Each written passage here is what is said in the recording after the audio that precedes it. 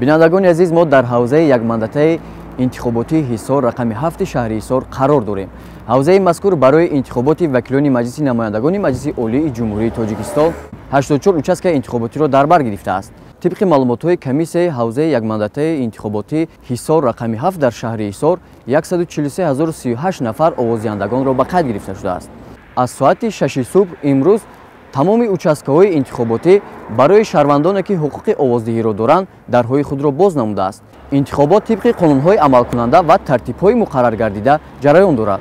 ҳамаи участкаҳои интихоботӣ дар интихобот фаъолона иштирок карда истоданд. аъзоҳои комиссияи интихоботӣ аз соати 6 субҳ ба кори интихобот оғоз бахшиданд ва пеш аз он ки кори интихобот оғоз мегардд, дар тамоми участкаҳои интихоботӣ суруди миллии ҷумҳурии Тоҷикистон садо дод ва бо тантана бо як рӯҳи идона, фазои идона дар ҳамаи участкаҳои интихоботӣ интихобот оғоз карда шуд.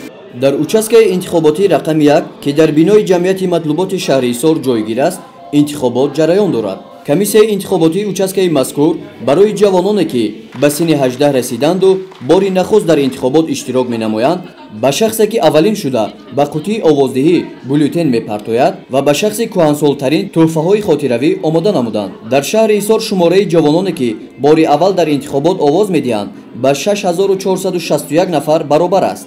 аҳдия шарипова ва бахтиёр достиев дар арафаи интихоботии вакилони маҷлиси намояндагони маҷлиси олии ҷумҳурии Тоҷикистон ва маҷлисҳои маҳаллии вакилони халқ ба синни 18 солагӣ расида ва имрӯз бори аввал аз ҳуқуқи конститутсионии худ истифода мебаранд.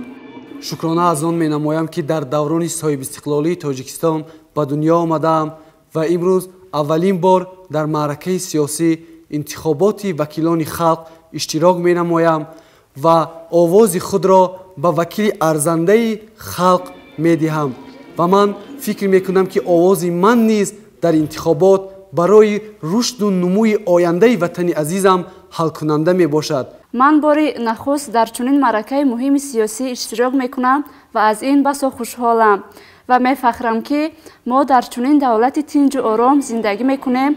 мо ҷавонон имрӯз аз ҳуқуқи конститутсионии худ истифода бурда метавонем дар чунин маъракаҳо иштирок намуда овози худро ба вакили арзандаи халқу миллат диҳем.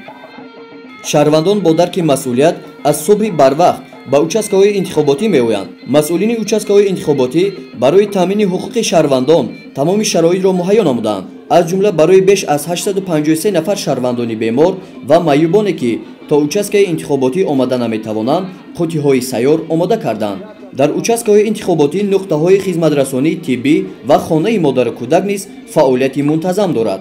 имрӯз мардуми шаҳри ҳисор дар маъракаи муҳими сиёсӣ интихоботи вакилони маҷлиси намояндагони маҷлиси олии ҷумҳурии Тоҷикистон ва маҷлисҳои маҳаллии вакилони халқ бо рӯҳияи баланди ватандӯстӣ ва ифтихори миллӣ иштирок намуда ба номзад ва ҳизби арзанда овози худро медиҳанд.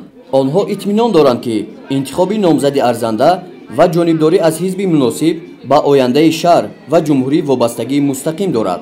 бинандагони азиз, мо аз ҷараёни интихобот дар шаҳри ҳисор дар давоми рӯз боз иттилоъ медиҳем.